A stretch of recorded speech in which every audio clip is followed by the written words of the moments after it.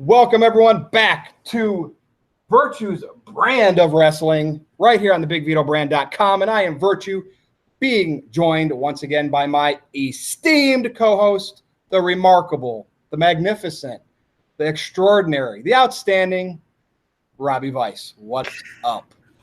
Well, all of those things are true, but thank you so much for pointing it out for those who may not be aware. I am remarkable. I am Robbie Weiss, and I am here with Mr. Virtue. We have some WWE things to go over today. Very disappointing when it comes to build-up and Monday Night Raw. I'm also sick of Kofi Kingston. There's so many things we could talk about, Virtue. Where do you want to start this off today? Okay, let's do this. Where in the hell is Bray Wyatt? They go cold turkey. Yeah. Showing us the vignettes, right? Which every week he was building up a following. People wanted to see what the next one was going to, be about. And then the cold turkey just to show cryptic puppets on camera in the arena. Like, they should have been doing that when they were airing these things. You know what I mean? Like, throughout the show. Don't show us 8 weeks of vignettes or longer. Then pull them and have 8 weeks of this stuff. Because now the cool factor, the sense of something different that these vignettes were, to me, it's fading already. What do you think, man? Like, what did they do next with Bray? I enjoyed those vignettes. They don't know. That's the problem. They don't know? I think Vince, this is my prediction, okay? I think Bray pitched all this stuff to Vince, and Vince was like, well, I don't know. This sounds pretty dumb to me. But if you think it'll work, whatever. I think he just did it because he wanted Bray to sign another contract, right? He's like, fine, we're going to give him a bone. And then it got over big. And Vince all of a sudden decided it was the greatest thing in the world. He had to have him, a Vince McMahon puppet on there, and he kept doing it. But then it got to the point of, where are we going to debut this guy? And then no one has any idea how to debut it. I think they're afraid they're going to screw it up, and it's going to get more backlash. That's why I think they backed off of it. They have gotten so much backlash because Heyman was supposed to change the world, and it was such a great Raw 2 weeks ago. And this felt like more of the same. So my theory is they are afraid to screw it up because they do not need any more fan backlash or any more negative press. That's my thoughts. What do you think about that, Virtue? What do you think it is? What do you think if this passes on SmackDown when Aleister Black kept asking for a fight, and instead of Cesaro, which, okay, whatever, right, it ended up being like Bray sitting down. It should have been. Or just a rocking chair. Yeah. Yeah. Just because, sure, I know why they didn't, because they probably wouldn't know how to book out of that, how to protect both guys, right? Even though with good creative, you could figure that out. So that's why they don't do it. But to me, that would have been because especially walking around the chair for a split second, I thought Cesaro, I thought that was Bray, but then I kind of saw it was a little bit too skinny. But he had the little weird hand gesture, pat in the back of the chair, and then when he sat down, boom, it was Cesaro. I thought that would have been perfect. And I don't know if it would have been the smiley Bray or just with the mask on, just sitting there, not even saying nothing. And then the weird, and then Black maybe could have got a sadistic look on his face, like, oh yeah, that's what I want. But no, Rob, no, because we don't know how to book out of that. They don't. And you know what I actually would have thought, and I thought of this when the Cesaro reveal happened. I wish Bray would have sat down and just laughed and been really nice. And then at the pay-per-view, his music kicks on and he just doesn't show up. And then he just messes with him. Like, I don't know how the Undertaker used to do it. And then have him have a big blow-off match at SummerSlam and have something happen where someone could run out to help Bray, maybe, I don't know, Harper or someone else that the fans want to see. And that way it protects him. And then they can have something that builds up to the next big pay-per-view. And then, they'll do their stupid 50-50 booking, but they can at least have both guys look strong. Well, how about this? Like you suggested, they get to SummerSlam before they really even have a match, and then they have a match, and it's this just Bray doing Bray stuff, Aleister Black doing his stuff, and then at the end, it's like a no contest. There's some big spot, and they take each other out, and who knows? The lights go out, and the lights come back on, and one of them's gone, or they're both gone. Oh wait, the WWE just doesn't understand how to book out of stuff. But it would be hype. That would be hype. Yeah.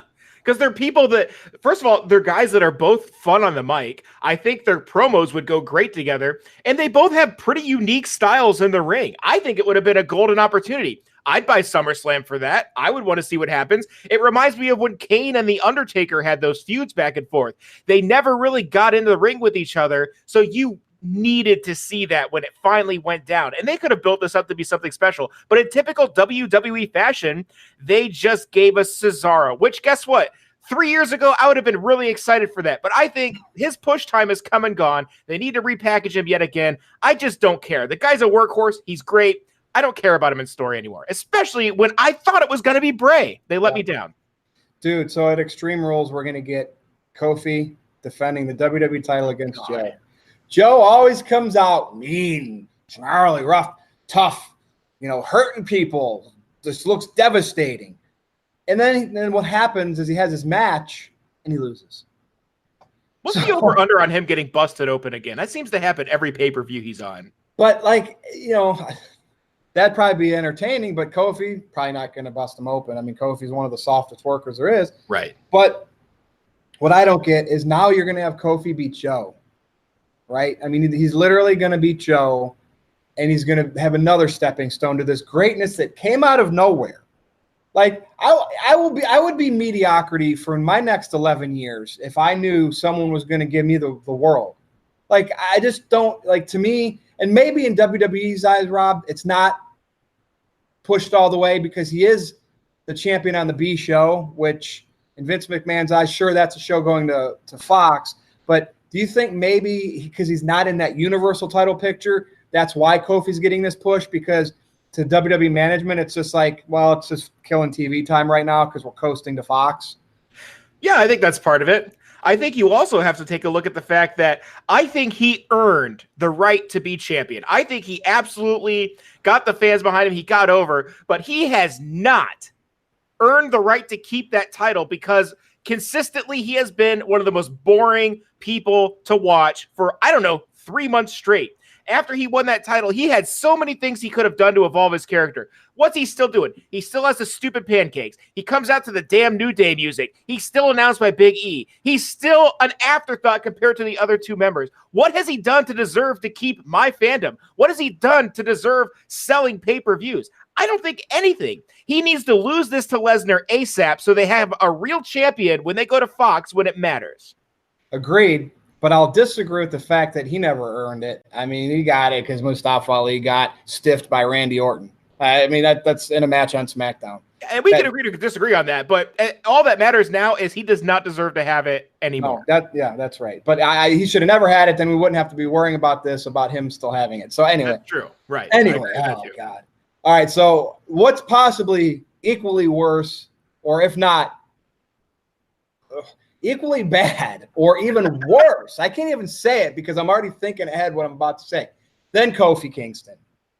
Well, they turned your brain to mush. I'm going to guess it's Becky and Seth. Garbage. Oh, my God. And they're trying to do dirty dancing moves at house shows to try to get, clips on to go viral on Twitter. What the hell? What's the man's man? I don't know. What's your take? I mean, we probably talked about this before, but another weekend, more overexposure. This is cringe. So what do fans hate right now? They hate the overly produced promos. They hate cheesy, corny dialogue. And they hate when they deliver these lines like they're a robot reading from a teleprompter. And what have we gotten each and every week? Every single one of those points. The most manufactured relationship in WWE history. My heart of hearts believes this real life relationship could just be a sex fling, but they're really not dating because they don't look like two couples that are dating. You know what I mean? Russo, somebody on Russo's show, one of his guys said that maybe they just got caught being together, going in and out of hotel rooms, for the road fling because neither one of them were dating anyone, and that people go, well, let's act like they're dating because they do not look like a happy couple. They just look like they're awkward bestie friends of the opposite sex from high school that ended up, going with different people in their life. That's bad. I feel like anymore WWE can only produce amazing content or horrible cringe. Because if you look at that and the Mike Canales thing, this is some of the stupidest shit I have seen and the dumbest lines I have heard, and I can't even remember how long. I I will take the Bella Twins all day, every day over this. I will take farting Natalia. Please stop with this stupid storyline. It's gross. Yeah, will you take the Iconics talking? I will take the Iconics. I will take an Iconics versus Bella tag team title feud that goes until WrestleMania and takes an hour of Raw every day. If I never have to see this fake ass relationship on my TV ever again, I would absolutely, and I would come on here and I would put it over, and it would be the greatest thing to ever happen. I can't. Yeah, look, Becky was supposed to be this hottest thing in the business. She was supposed to be Tessa Blanchard. The Tessa Blanchard is a better Becky Lynch the man than Becky Lynch is. Okay. And if you want to check out what Rob and I had to say about Tessa Blanchard and Sami Callihan and Impact's better version of Seth and Becky, go over to wrestlingwithwrestling.com or Andre Corbeil's YouTube page, because we just posted a short, discussion about that you might find interesting. But the problem is the fans wanted Becky to main event WrestleMania, one-on-one versus Ronda. The problem, WWE Creative got their hands on Becky.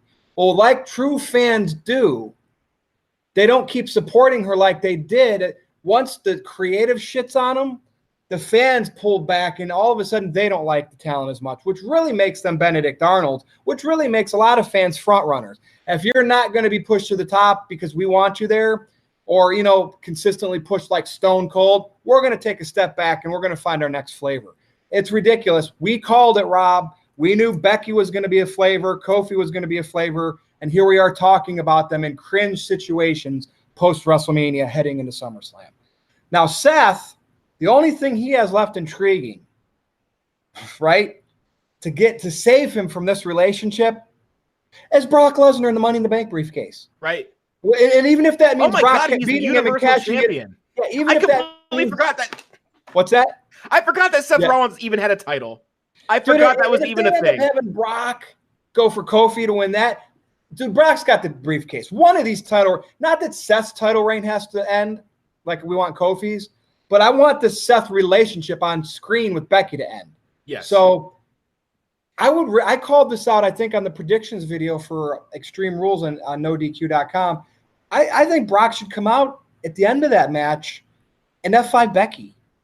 F5 Becky. You want to say, you want to not placate to Impact because Impact is insignificant to WWE. But if you want to one-up Sami Callihan and Tess Blanchard, have Brock come out and put his hands on a woman who's called the man, F5 her to really F with Seth Rollins, right? That's compelling. Let me paint you a picture here. Go for it. So this is what I think should happen at the end of that, because I don't get to go on these review shows and I forget what you said, but this is what I think is going to happen, and this is what should happen. Because this is a anything goes match, right? Should be. Lesnar comes out. Right. Lesnar comes out and just F5 Seth, beats the shit out of him. Baron Corbin pins him. They both lose their titles. Okay. So Becky can drop her belt without getting pinned. And then Lesnar cashes in on Corbin, F5s him twice, and just leaves. And then as he's getting away, Becky attacks Lesnar, who then in turn laughs at her, picks her up, drops her as an F5, and end pay-per-view, walk out of the arena. Dude, and the F5 is a pancake bump. You know what I mean? Right, a flat face bump down on the mat. So, oh, man. I'd love to see that. I mean, any little nugget of something controversial. And that's controversial. WWE wants to maybe start leaving the PG era. There you go. Get people. I mean, you're not going to do it in Extreme Rules. You're not going to lose sponsors and hurt your stock because Brock Lesnar, in the heat of battle, picks up Becky Lynch and throws her over his shoulders. She's a trained professional wrestler. People know she can take that bump. It's not domestic abuse. She's taking abuse. A head stomp or a chair shot. Yeah. So, oh my God, I don't even know what else on Extreme Rules I'm excited about. I mean, I am going to SummerSlam. I don't even know what's on Extreme Rules, man. I have my passport card now. I'm going to be going to SummerSlam in Toronto, and we'll talk about that more as we get closer. I just want to get through this Extreme Rules pay-per-view. You know what I mean? It's just like, it just feels like it's a long road to a weekend off for me. Right. Is there anything else that's just been so anything you're excited about on Raw or SmackDown heading into Extreme Rules? Like a hidden gem?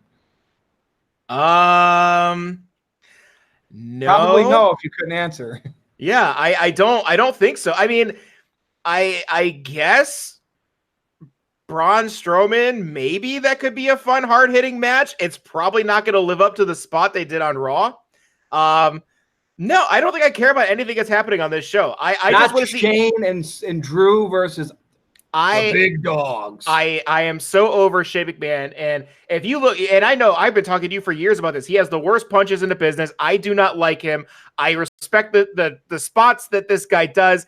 I have been over Shane McMahon for over 5 years. I don't want to see him anymore. I'm not excited for that. Roman Reigns deserves better. Roman Reigns at this point should be in the Universal title picture. Why can't we get another Roman Reigns versus Seth Rollins where maybe Roman could be the bad guy, or at least just an in for himself badass? It doesn't have to be a straight cut heel. He comes back from leukemia, beats it. He wins an ESPY. Right. Roman Reigns wins an ESPY. Okay. Now is the better time than ever to say if Roman Reigns being your top baby face doesn't pull like Stone Cold and Rock numbers, or even John Cena numbers started declining, then it's because, manufactured superstars just don't catch on, especially with handcuffs like they used to be. Yeah. So you're not going to lose tons of money. Okay.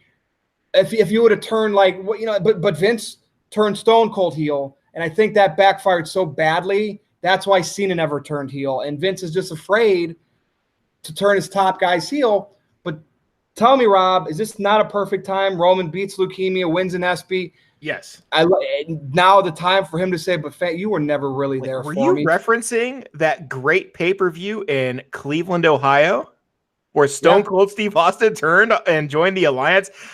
You know why the fans hated that? Not because he turned heel, because it was stupid and it made no sense. It made absolutely no sense. But we don't need to talk about that right now, because that is in my top 5 dumbest things I've ever seen on wrestling.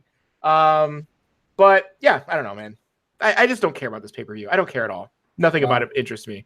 We'll see. Maybe we will be delightfully surprised. So next week's show, we'll have something we could say, wow, I didn't expect that to happen. But I'm sure all the matches will go as planned. Maybe there'll be a title change or two. Maybe we'll see some puppets. Ricochet versus Ricochet might be fun. It might be entertaining to see if the club does anything. I guess that's something to kind of look forward to. So that's my 2 things. Will the club be doing something cool? And will Brock Lesnar cash in? Outside of that, I really do not care. As long as Ricochet doesn't cut a promo, I'm okay with that. They need to cut his mic every time. Every time he's about to talk, Big Show should come out and KO punch him. And by the way, is Big Show still employed by World Wrestling Entertainment? I have not seen that. Bobby Boney is still getting paid by the Mets. Right. So, he might have a similar deal. So, right. Dude, okay, you know what? Go ahead. I just want to have one little sports reference in there, because I'm pretty sure that you are a Knicks fan. I don't want to say now. Yeah, I don't want to say LOL to the Knicks, but that team is going nowhere until Dolan dies.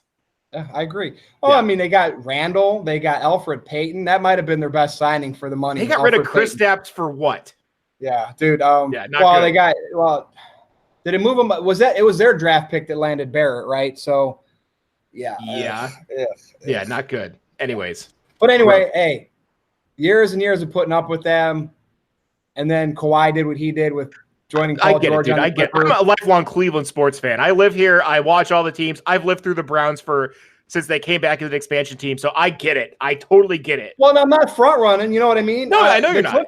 You've been a Kawhi Leonard fan for a long time. Yeah. And why would I not want the team that my favorite player is on to win? Right? I mean, I don't have to be the diehard Clippers fan, but I could root for them for his sake. I mean, your team's not going anywhere. Exactly. That's how I feel about the Cavs this year. If the Knicks somehow, won 25 games next year, I'd be like, holy shit. You know what I mean? They're going to lose 27 in a row. That's my goal for this season, is for the Cavs not to lose 27 in a row. Anything other than that. Who's going to have a better record, Cavs or Knicks? Probably the Knicks, because they have RJ Barrett, and Cleveland doesn't know how to draft. So I would say the Knicks will probably have a better record. I'll tell you what, on my fantasy team, though, I do want Julius Randle's going to have me. The last half of last year, he averaged 25, 7, and 5 on the Pelicans when they didn't play Davis that much. Imagine him balling it up on the Knicks with no big stars. Imagine how Lakers fans feel seeing all of their rookies getting these max contracts and these great extensions, and then wishing D'Lo would come back, and he's never going to. Yikes. Wishful thinking. The Knicks will have This is how boring Extreme Rules is, by the way, that we are now talking about the Knicks and the Cavs. But it's the BigVitoBrand.com, and on Getting Color, we always talk about sports, so it is relevant to this channel. Fair enough. The Knicks, the Knicks shock the NBA world and win 41 games this year, 41 and 41. That would shock me. I would. Virtue, I will tell you this. If the Knicks win more than 40 games, I will get you a $50 gift card to anything you want. Dude, even if they were capable of it, they're going to tank to try to get a draft pick. You know what I mean? I don't know about the next draft class either, but that's at least you didn't draft guards and then get more guards and then get more guards who are 6 feet tall that play no defense, especially spending your top pick on a guy who had a really bad injury, who played like 4 games to replace the guy you drafted last year. I don't know. Who in the first half of the NBA season, Colin Sexton was literally statistically the worst player in the NBA. So I don't know. It wasn't Harrison Barnes? Or Harrison Barnes is hot Jermaine garbage, Wiggins? but for the money he was making, yes, he was the worst in the NBA. Dude, Harrison Barnes is nowhere close to Jermaine Wiggins in terms of bat efficiency. Andrew Wiggins? He's nowhere close. Wiggins is by He's far the nowhere worst. close to Carmelo because Barnes doesn't take those 30 shots a game. That's true. He knows, he's just a guy. If he's hot, he'll take 3 or 4 shots in a row. He'll get you the 15, 16. You know what I mean? Sure, he doesn't get those assists and steals, which is really what hurts the value that you look at. Yeah. But he really doesn't ball hog either. So, you know he's what I a mean? good team player. He'll be a role player on championship teams later in his career for sure. Yeah. So anyway, but the Cavs are the worst. The Cavs are the worst drafters in the world. Fight for the Fallen is this Saturday. Okay. I don't care about that either. Is Jericho going to be there though, right? Jericho. What is it? Jericho's going to be there to cut a promo. So I am interested in hearing that. Okay. And MJF has been doing some phenomenal mic work, I would say. I dare say he's been doing remarkable mic work. Yep. I'd like to see him and Jericho go at it to try to one-up each other on the mic.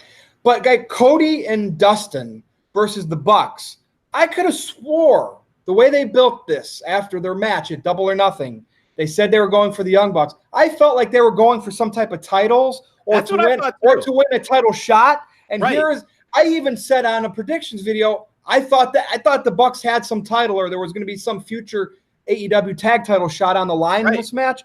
And I looked stupid. Because this is for nothing. Fight for nothing. That's what it should be called. Fight for nothing. That's exactly what it should be called. Yeah. I know. Okay, so if the Bucks lost those AAA titles, they should have at least said the winner gets a shot at the future AEW tag title. Something, right? Why don't they have tag team titles for their own company yet? Why can't this match be for the winner gets, is one team to fight for them at All Out? Something. Right. Yeah. That would make sense. What is Moxley doing? Is Moxley doing anything? I don't even know. These are those free shows. They're mailing it in. You're right. You know what I mean? Because their contracts for these wrestlers probably are specific amount of matches. So they're not going to have certain guys wrestle like Jericho because they don't want to eat one of their matches at a free show where they're not where it's basically going to charity, Right. Yeah. So anyway, that's all I got. Anything else? Real quick. Not, Evolve is hilarious. I think it's great they're pushing Evolve to fight AEW because they're going to deny they're doing it, but that is the biggest FU middle finger I've seen in a long time. Superstars on there. Yeah. When was the last time you've seen WWE advertise for a competitor company? I've never seen it before. Has it ever happened? At least in the modern era? Evolve's indie. They've had a lot of guys that came to NXT that worked at Evolve. Right. They can't just control Ring of Honor in that same way because Ring of Honor is owned by millionaires. Right. Evolve used to be affiliated with Ring of Honor a little bit, I think, before. But WWE can manipulate them because they're such a small indie company. So, and they're doing that. And Evolve's loving the pub because, they're on the network. So it's working out. It's kind of like when Heyman got ECW on Raw back in like 96, 97. I don't know if you remember that back then. It's kind of like that, Yeah. But there you go. Sounds good, man. Do your plug. Man, you guys can follow me at Xenomecha, Xenomecha. I am remarkable. I am Robbie Vice. Now, I will say this. If there's something you want me to tweet about or you want us to talk about, it could be shitty Cavs basketball or just general NBA stuff, general sports things in general. I would love to talk about it. Give me a tweet. Virtue, there are places that they can find me, they can find you, and everyone's dying to know, are you going to be on NoDQ.com as the next Super Chat champion? Take it away, man. Where are we looking at for that? No. I did at one time. I shilled. That's the S word, my friend. Shilled $5 to Aaron Rift so I could end the night as the Super Chat champion. So all those people that do that were bitter that I had it. And look, since I did that, it took off even more. Right? So would you say you were the greatest champion in the history? So who's really the good guy here? That's right? True. And so I said, I kind of made fun of it a little bit on the No DQ Extreme Rules predictions, and some fans got mad in the chat or in the comments. I made it more important. I made it so important to them. They're mad at me for saying it's not important. That's such a Chris Jericho thing. I was going to say, dare I say, are you the Chris Jericho of the NoDQ.com Super Chat champions? I think I'm going to have to go in the chat or the comments and put a fake apology, though. The most insincere apology I can. And the put people like you, put out of yourself in the comments. The people like you will read right through it, but we'll see. Nonetheless, you can catch Rob and I also over on WrestlingWithWrestling.com, which is Andre Corbeil's page. We just posted a 15, 16-minute discussion we had about Tess Blanchard and Sami Callihan and Brian Cage, some Impact wrestlers. You can catch Rob and I right here every week on the BigVitoBrand.com. And, of course, soon, Rob will be on No DQ on some panel videos. But I challenge Big G for his spot. I don't know what we'll do, but I challenge him. I'm calling him out right now. All right. Well, I'm going to have to see what we can do, right? Remember, it's Aaron Risk channel. So anyways, thank you for watching Virtue's Brand of Wrestling right here on the BigVitoBrand.com. For Rob, I am Virtue. You can follow me on Twitter at NoDQ_Virtue. We'll see you next time.